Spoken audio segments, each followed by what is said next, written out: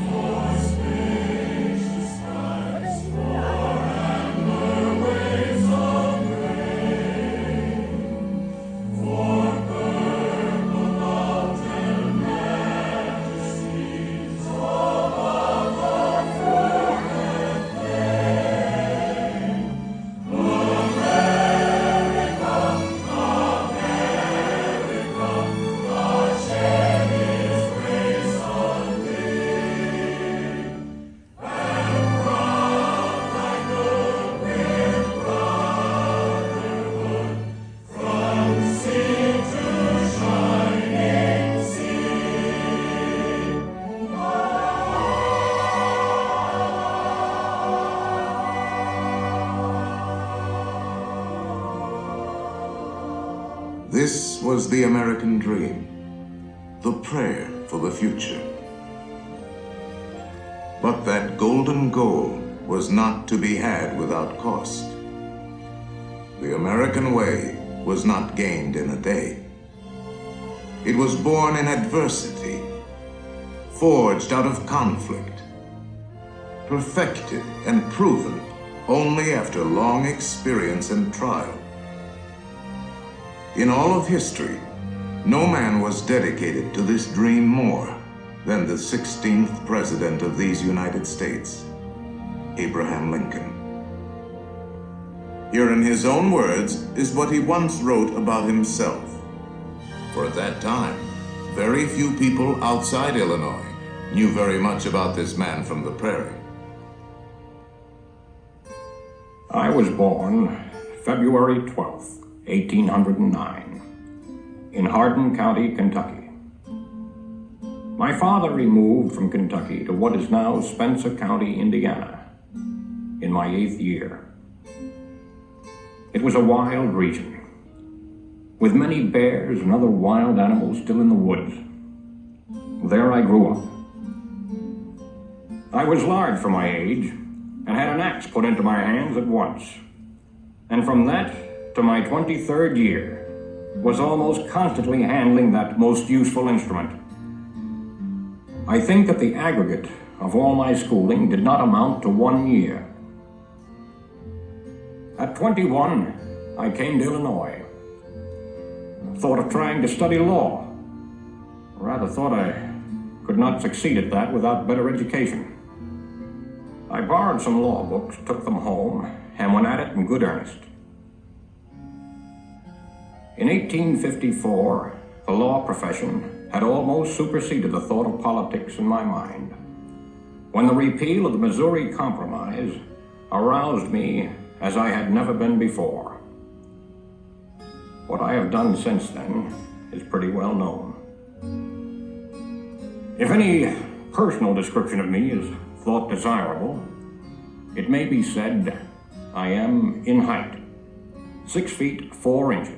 Nearly, lean in flesh, weighing on an average 180 pounds, dark complexion, with coarse black hair and gray eyes, and no other marks or brands recollected. Yours very truly, A. Lincoln. Abraham Lincoln became president faced with the terrible threat of civil war, a thing he dreaded, yet a calamity he was prepared to meet if he must. Without union, the Constitution is only a piece of paper. I know there is a God, and that he hates injustice and slavery. I see the storm coming. I know his hand is in it. If he has a place and work for me, and I think he has, I believe I'm ready. And with God's help, I shall not fail.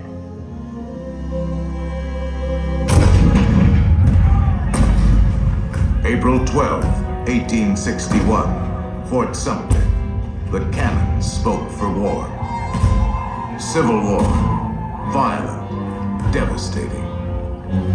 Now had come the reckoning, the supreme test that would decide whether a republic founded on liberty could survive the terrible strife of men's passions.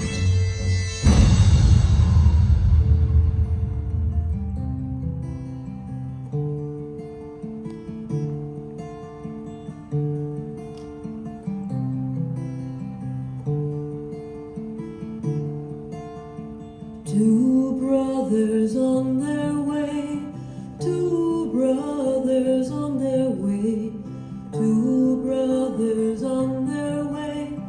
One wore blue and one wore gray.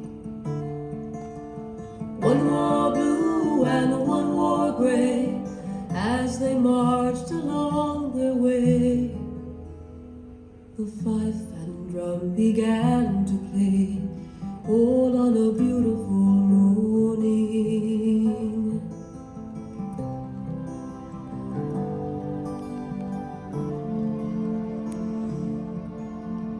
One was gentle, one was kind. One was gentle, one was kind. One came home, one stayed behind. A cannonball, don't pay no mind. A cannonball, don't pay no mind. If you're gentle or if you're kind. It don't think of the folks behind, all on a beautiful morning, all on a beautiful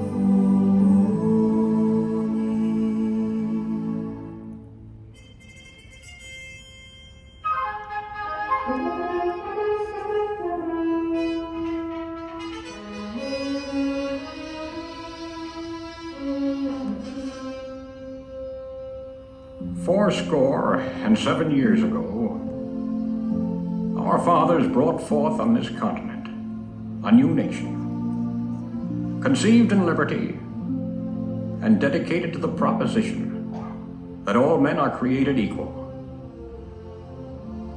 Now we are engaged in a great civil war, testing whether that nation, or any nation so conceived and so dedicated, can long endure. 10 brief sentences, so simple, so direct. Abraham Lincoln had not expected his words to live beyond their temporary moment, but time and history would dictate otherwise. And so today, his Gettysburg Address is immortal, a rich and treasured part of our country's heritage.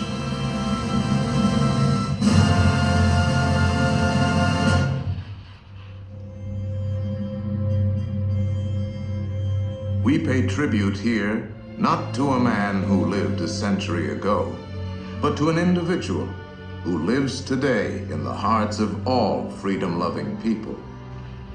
His prophetic words are as valid for our time as they were for his.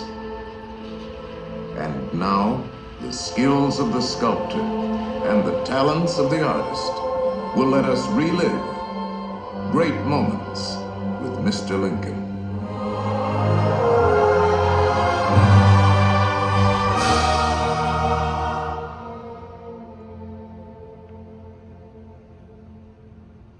The world has never had a good definition of the word liberty. And the American people just now are much in want of one. We all declare for liberty, but in using the same word, we do not all mean the same thing. What constitutes the bulwark of our liberty and independence? It is not our frowning battlements, our bristling sea coasts. These are not our reliance against tyranny. Our reliance is in the love of liberty, which God has planted in our bosoms. Our defense is in the preservation of the spirit which prizes liberty as the heritage of all men, in all lands, everywhere. Destroy this spirit, and you have planted the seeds of despotism around your own doors.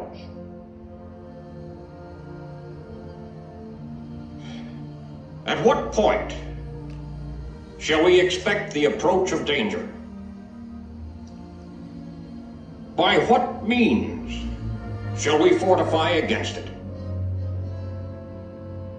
Shall we expect some transatlantic military giant to step the ocean and crush us with a blow? Never.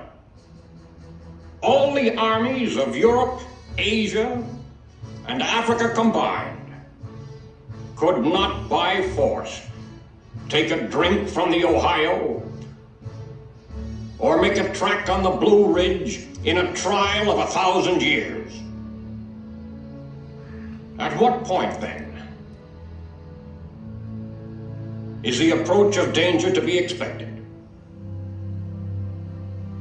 I answer, if it ever reach us, it must spring from amongst us. It cannot come from abroad. If destruction be our lot, we ourselves must be its author and finisher. As a nation of free men, we must live through all times, or die by suicide. Neither let us be slandered from our duty by false accusations against us, nor frightened from it by the menaces of destruction to the government, nor of dungeons to ourselves. Let us have faith that right makes might. And in that faith, let us to the end dare to do our duty as we understand it.